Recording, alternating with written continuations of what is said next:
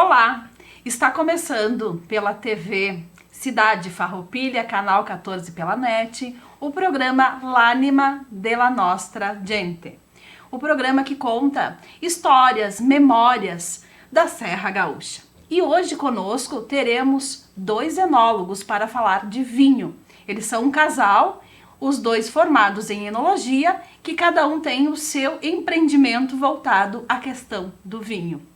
Não saia daí, que depois voltaremos para falar mais sobre vinho.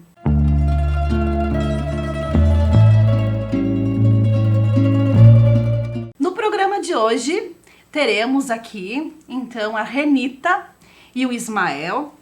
Eles são da Bebidas Regalo e da Casa Once. Os dois são casados, enólogos e vieram para falar sobre vinhos. Porque a gente está iniciando o frio, né? A gente está em junho e aí começa a dar aquele friozinho e a gente começa a pensar na bebida que aquece. E as bebidas que aquecem realmente são o vinho e a grappa. Então, muito obrigada por vocês terem vindo aqui. Obrigada, Renita. Obrigada, Ismael. E eu já começo perguntando, porque eu sou uma pessoa muito curiosa, e eu queria saber de vocês por que o interesse em estudar enologia, Ismael. Tudo bom, Sandra? Muito obrigado por nos acolher aqui. Estudar enologia para mim foi continuar o trabalho da família, né? Logo que chegaram como imigrantes no passado, desbravaram as terras e o produto comercial foi o vinho, né? Foi a videira que se adaptou ao nosso solo, que é tão difícil de trabalhar, mas meu avô sempre pensou que precisava um produto comercial, além da subsistência, além do milho, das vacas, precisava ter uma produção industrial. E eu, seguindo um pouco os passos do meu avô, do meu pai, a tendência mesmo da propriedade, fui estudar e me qualificar um pouco mais nessa atividade industrial que foi ele que começou, né? Então, na verdade, a produção de vinho, estudar enologia foi para manter a tradição da família. Com certeza. Manter a tradição, seguir os passos da família, me especializar nessa área e, ao mesmo tempo, profissão e remuneração, que era o que eu tanto precisava, né? E tu, Renita, o que tu me diz do estudo em enologia? Ele veio por quê? Bom, primeiramente, eu quero agradecer o convite e a oportunidade, né, da gente mostrar o nosso trabalho e o porquê que a gente escolheu esse trabalho, né? Inicialmente não foi a primeira profissão, eu sonhava, mas vendo a dificuldade da minha família, a gente não optou por dar continuidade nos trabalhos que os meus pais faziam. Eles trabalhavam com o cultivo de uvas, né? Nós só fazíamos o vinho, meu pai só fazia o vinho para o consumo e também sempre trabalhou com o alambique, mas sempre de forma terceirizada e nunca como atividade principal.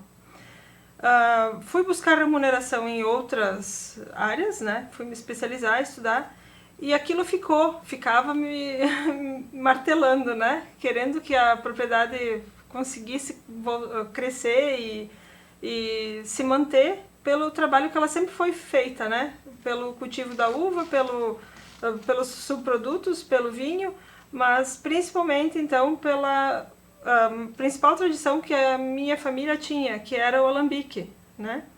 Não era registrado, mas era conhecido pelo pessoal daí, né? Então também veio como uma tradição de família, como rememorar as atividades antigas da família. Sim, e também como deixar imortalizado o trabalho dos que vieram, né? Então, primeiramente ele foi para um hobby e agora nós estamos profissionalizando. Sim, estamos. Que bom, né? A gente precisa de empreendedores jovens neste ramo da uva, do vinho, porque há um tempo atrás, né, Ismael, a gente via que as propriedades, elas tinham só as pessoas mais idosas. Os novos, eles saíam da agricultura e iam para a cidade para outra profissão. Hoje, graças a Deus, as pessoas estão se aperfeiçoando e trazendo esses aperfeiçoamentos, esse estudo para dentro das propriedades rurais, né? Ismael, tu tem um case até na tua família sobre isso, né? Sim, sim.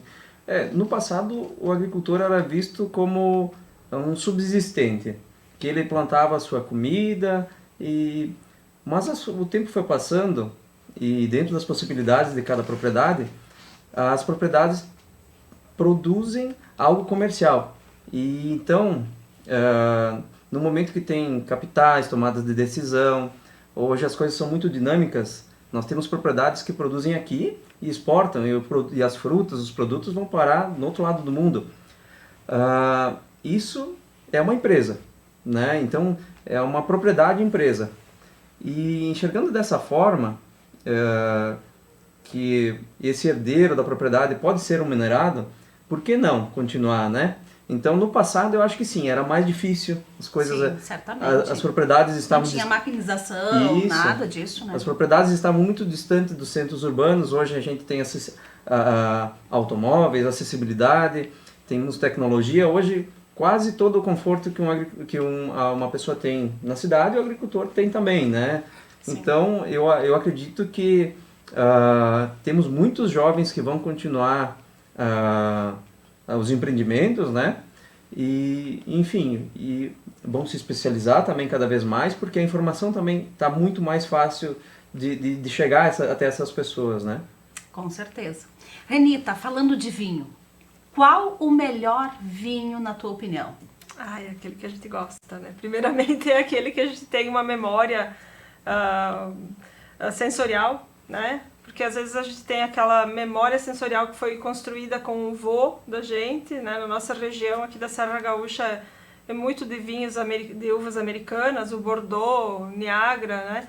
Que foi reformulado, né? Com o processo de industrialização do vinho, dando mais qualificando ele, deixando ele uma bebida segura, num alto padrão, né?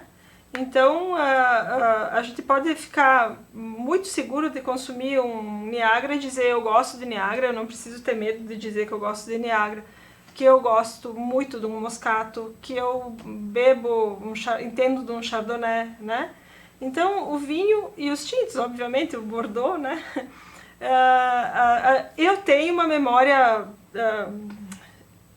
emocional, né? No Bordeaux, porque o Bordeaux é o cheiro do nosso vale, né?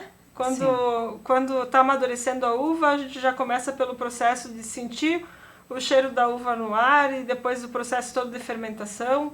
E passado o processo de fermentação, o uso da casca para fazer o destilado. Então, ele é a alma do nosso negócio, né? Então, eu tenho um carinho muito grande pela uva americana porque ela é o que nos diferencia. Ela nos dá um destaque regional diferenciado porque não tem essa uva no Chile, na Argentina. Esse vinho não chega até nós, né? O vinho desses cultivares que são tão representativos aqui para nós. E é a uva que realmente fomentou toda a região, essa cadeia, né? Uhum. As americanas, para quem não sabe, são que tipos de uva, Ismael? Bom, as americanas, então, nós temos duas famílias de uvas, né? As uvas que são oriundas naturais da Europa e as americanas, então, elas estão lá, Estados Unidos, próximo ao Canadá, que basicamente é aquela nossa uva Isabel, Bordeaux, Niagara. Eu diria que essas três é o que abraçam quase toda a família das americanas, né? Que foram amplamente plantadas, né? O nosso clima, os imigrantes até trouxeram os ramos nas malas das videiras europeias, mas o nosso clima é bem diferente da Europa, ele é mais úmido, era um pouco mais difícil produzir. E essas uvas americanas se adaptaram à região, foram amplamente produtivas e então é quase uma particularidade. Eu acho que hoje, se tratando de vinhos, nós produzimos mais vinhos de americanas que os próprios Estados Unidos. Ela é muito encontrada então aqui no Brasil. Na Europa a gente não vai encontrar americanas porque eles não plantaram, enfim, né? Eles já tinham as videiras europeias. E outros países aqui da América Latina até podiam ter plantado, mas não. É uma situação bem nossa, é um vinho que tem a nossa cara, né? E é um mito dizer que os vinhos de uvas americanas não são bons, né? Porque eu sei que muitas pessoas acham que, não, eu tenho que tomar um Cabernet, um Merlot, tem que ir para essas outras varietais, né? Porém, a gente sabe que hoje existe uma qualidade empregada para o fabrico desses vinhos, né, Ismael?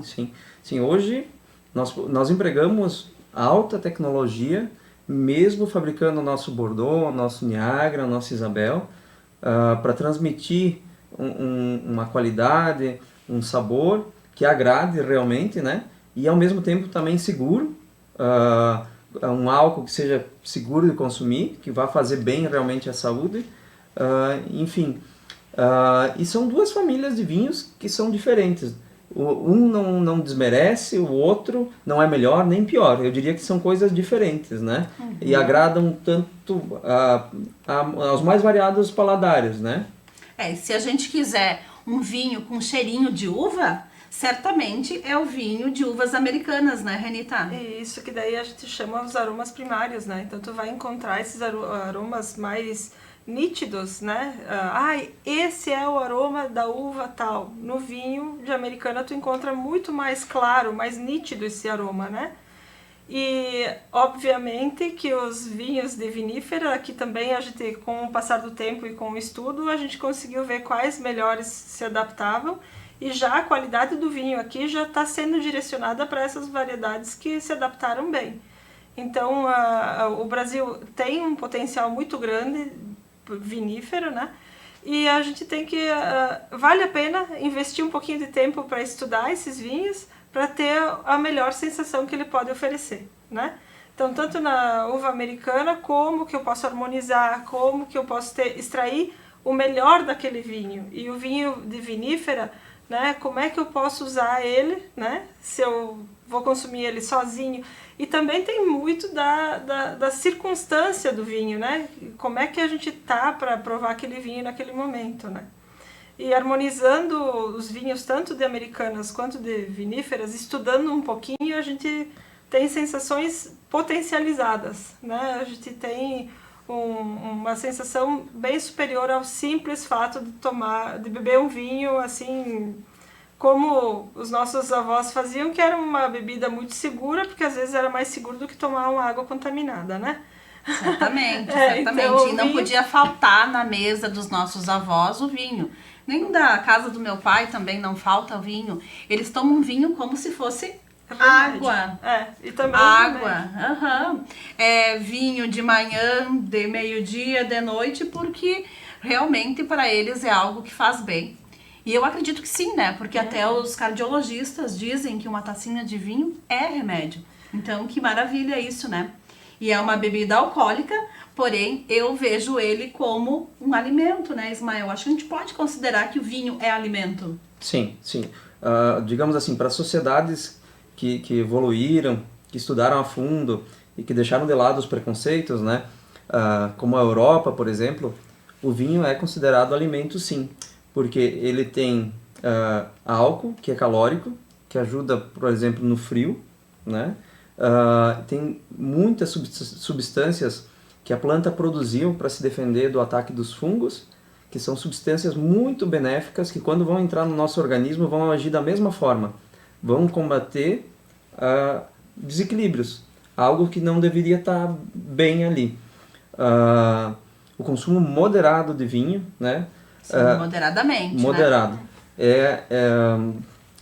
Já foi alvo de centenas, de milhares de estudos científicos e todos foram para a mesma direção. O consumo moderado, por mais que seja uma bebida alcoólica, mas é oriundo de uma fruta natural, melhora a saúde, sim, porque então a gente está ingerindo esses benefícios e digamos assim, está tornando a nossa dieta mais rica, complementando, e a gente pode dizer hoje, sem dúvidas, a ciência prova isso, que existe um benefício para o consumo moderado, sim. Que maravilha, né? Então, o vinho faz bem pro corpo e também pra alma, porque deixa a gente mais alegre, isso Com é certeza. fato, né? E a Renita falou uma coisa que me deixou pensando, que às vezes a gente vai gostar ou não de um vinho dependendo do estado de espírito que a gente tá, né? Então também, se a gente vai com aquela intenção de consumir um vinho para gostar ou não, a gente tem que estar no estado de espírito pra provar e dizer que vai gostar. É isso, Renita? É, isso aí. Vai muito da nossa receptividade para aquele momento, né? Se eu já tenho um histórico ruim para aquele ambiente, para aquela companhia, né? Pode Não ser que vai eu ser não bom o tenha, vinho. eu não vou ter toda a sensação que aquele vinho pode ser um vinho de um valor agregado altíssimo. Eu não vou considerar ele muito bom. Depois eu vou dividir um vinho com um valor baixo com uma amizade, com alguém que eu tenho amizade, e vai ser bem diferente, né? É, Vai porque ser- o vinho também são momentos, né? A gente São. compartilha vinho em momentos. Então, aquele vinho caro que você comprou no mercado ali, às vezes importado, né, Ismael? Porque as pessoas acham que o importado é o melhor. Não é o melhor. Pode ser bom também, mas a gente tem marcas, vinhos maravilhosos aqui na região da Serra, né? E que são referência para todo o Brasil. Então, o momento é que faz a ocasião, né? Isso, e estudar, eu chamo, né, eu chamo o pessoal também para aprender um pouco sobre o vinho brasileiro, que ele tem, ele é reconhecido mundialmente. Quando a gente recebe turistas também de outros locais, eles se impressionam pela qualidade, pelo produto que é, né? Cada vez mais a gente ganha espaço. E às vezes a gente tem os benefícios fiscais que trazem os vinhos importados para nós. A gente também faz espionagem industrial, a gente consome Tem que vinho, ser, né? né? Tem que Enólogo ser. tem que consumir. E a gente também avalia se aquele vinho teve todo esse toda essa história que a gente tem aqui e aquela sensação que nos dá. Que nem às vezes eu tenho um vinho que o custo-benefício dele tá bem sincero, eu diria assim, né? Talvez ele tenha um valor mais comercial, mas ele não tenha defeitos, né?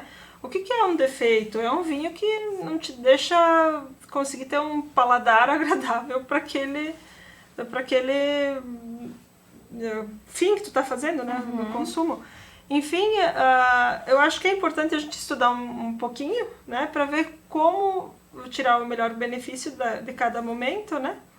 E eu deixo um apelo aqui, o pessoal da região, o pessoal do estado inteiro, né, para vir conhecer o nosso vinho, porque cada região tem o terroir, né? Conforme o solo e o clima vai dar as características diferentes, às vezes a mesma variedade. Eu tenho um merlot cultivado aqui na Serra Gaúcha, ele vai ter um aroma, ele vai ter um volume de boca diferente de cultivado na campanha gaúcha. Sim, é por causa da terra, né? Isso, ou com outros sistemas terra, de clima, poda, enfim. Tudo quer dizer.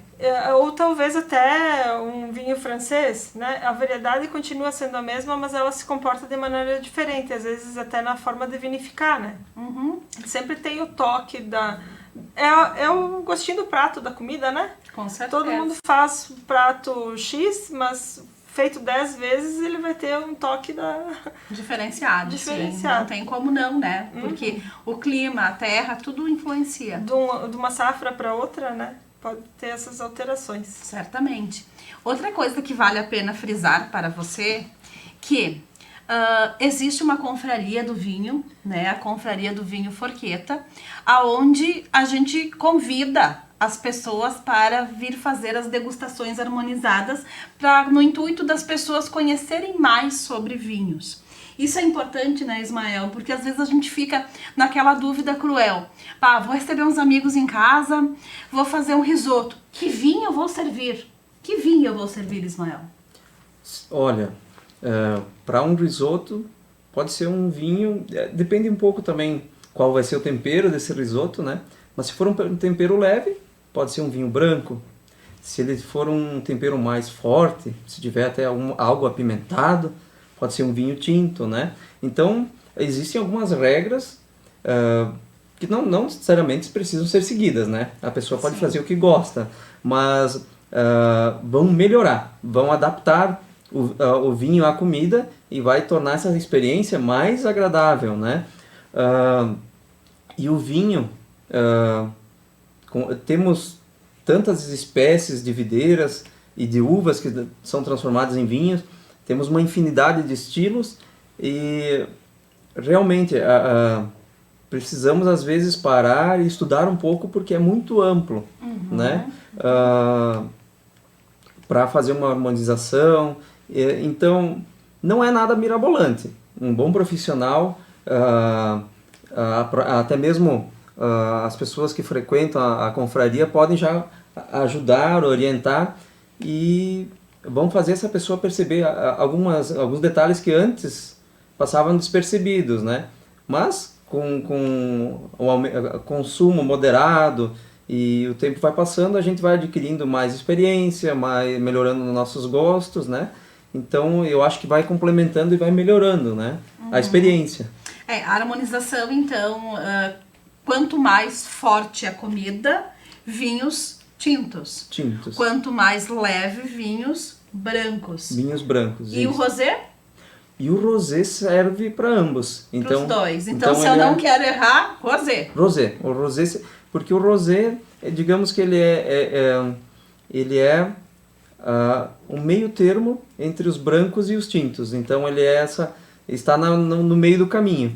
Então ele encaixa mais fácil em situações mais adversas que a gente ainda não tem o controle ou conhecimento, né? E se eu quiser servir uma sobremesa, um moscatel, com certeza, perfeito? Com certeza. Então eu tô acertando, gente. certeza, Olha né? ali, ó, acertei. Pelo menos, então quando eu receber alguém na minha casa, eu já vou saber, né? Porque a gente não erra sempre, de vez em quando a gente acerta também. Mas com a instrução de 2 enólogos, o que a gente ia querer, né? Acertar sempre. Mas, Renita, eu tenho uma curiosidade. A Renita produz grappa ou é graspa? Bom, então, para responder tua pergunta, Sandra, a gente, na nossa região, que nós somos aqui do interior de Forqueta, numa região onde teve a colonização da região do Tirol, muita gente chama o destilado do bagaço da uva, ou seja, da casca da uva que foi fermentada, então geralmente é tinta, né, de graspa. Isso. Mas o Ministério da Agricultura, ele tem como mesmo registro, a mesma classificação, a grappa, graspa e bagaceira, que são as 3 denominações para o mesmo produto. Sim, então não tá errado. Não. Se é grappa, graspa, tá tudo certo. Tudo certo. Na história dessa bebida no Brasil, alguns rótulos até trouxeram a graspa inicialmente, como lá no início, que tem um museu em Gramado, que traz a história do vinho na região de Gramado e os seus subprodutos, né? Tem rótulos que foram importantes de destaque nacional que tinham o termo graspa. Mas, inicialmente, quando a gente registrou a marca Regalo, a gente ficou nessa dúvida. Vamos botar a graspa para nossa região ou grappa, que ela é mais difundida no Brasil, né? A forma que ela é mais conhecida no Brasil. Então, para a gente reduzir um pouco a explicação, a gente deixou como grappa. Sim, né? sim. Então, o registro do rótulo, né, a denominação no rótulo, ela é aceita das 3 formas, né? Ainda é o mesmo produto, né? Então, é um destilado que está dentro da legislação lá dos 38% aos 54% do teor alcoólico, né, do volume alcoólico, e é, então, muito apreciada agora no período de inverno para auxiliar certamente, no frio, né? Um cafezinho com 2 gotinhas de graspa ou grappa, quem não gosta, né? E na culinária também, né? Sim. Então, as nossas nonas, as nossas avós, faziam o grostoli, né? Sim, verdade. O grostoli com algumas colheres de grappa, ou graspa, né? Ou no café, né? Utilizada. Minha mãe também usava no pastel, dá um gostinho, uma massinha do pastel. Então dá para usar na culinária, né? É uma bebida versátil que para os imigrantes ela era usada também como forma de fabricação, como base de alguns medicamentos, né? Que eles faziam infusão de ervas e faziam então um remédio. Né? Olha ali, dizer, né? Que aquece, né? Que aquece, Sim. que aquece. Aquece a alma das pessoas, né? Porque no frio, né? Mas também aquece toda a gente que tem que trabalhar, né? Porque eu lembro que o cafezinho era de manhã cedo com as 2 gotinhas, porque era frio e precisava ir para baixo das pareiras, né? Sim. Então era para aquecer mesmo, né? E tudo isso também são memórias afetivas. Mas Ismael e Renita, a gente falaria aqui por mais 2 horas, né? Mas não dá, né, gente? O programa não tem 2 horas. Então, primeiramente, eu agradeço vocês por terem vindo, ter aceito o nosso convite para falar um pouquinho sobre vinhos, né? Porque eu acho que é bem importante desmistificar a questão dos vinhos, porque eu também não tinha esse conhecimento, porque meus pais, meu avô produzia vinho, mas era aquele vinho das cantinas coloniais ali, aquele Bordeaux, e era isso, às vezes com pouca tecnologia. Aí quando eu me tornei presidente da Festa do Vinho Novo, eu tinha que conhecer sobre vinhos, né? E para conhecer sobre vinhos, eu pedi para o casal me explicar um pouquinho. E foi ali que a gente se apaixonou pela questão do vinho, porque o vinho é um alimento, ele aquece a alma, o coração, as pessoas, e ele é motivo de encontro. Então, muito obrigada por vocês terem vindo. A gente agradece muito, muito a participação de vocês. Nós que agradecemos a oportunidade, né, de estar aqui falando. Cada um tem a bandeira que levanta, né? Cada um tem alguma ideologia que defende. E a nossa linha de família, né, sempre está relacionada ao cultivo da uva, né, e a fabricação dos seus subprodutos. Então a gente agradece a oportunidade e agradece mais uma vez a Sandra pelo trabalho cultural que desenvolve, né? E a gente acredita muito no teu trabalho. Obrigada. E a gente é fã, né? Muito obrigada. Porque é isso, gente. A gente fala daquilo que a gente viveu, ou que a gente vive. Então, falar de vinho nada mais é do que falar da cultura dos nossos antepassados, da cultura do meu avô, do meu bisavô e tantos outros. E é a cultura da nossa Serra Gaúcha. E é por isso que o nosso programa é o L'Anima della Nostra Gente. Após o intervalo, teremos mais conversa com o grupo de Filó Felice Persone e seus convidados. Estamos de volta com o programa L'Anima della Nostra Gente. E aqui conosco está o pessoal do grupo Nani, o pessoal da família Girelli e o grupo de Filó Felice Persone. Eles vão tocar para nós músicas que falam do vinho, porque o vinho é bom. E eles dizem que um belo copeto, né? Um belo bicheiro. E também a gente quer fazer um convite para vocês que, se quiserem anunciar no nosso programa, vai ter aqui do ladinho o número para vocês entrarem em contato. Então, o vinho alegra, o vinho transforma canções e o vinho, ele emociona as pessoas através do encontro. Com vocês, os nossos grupos, para cantar músicas que falam do vinho.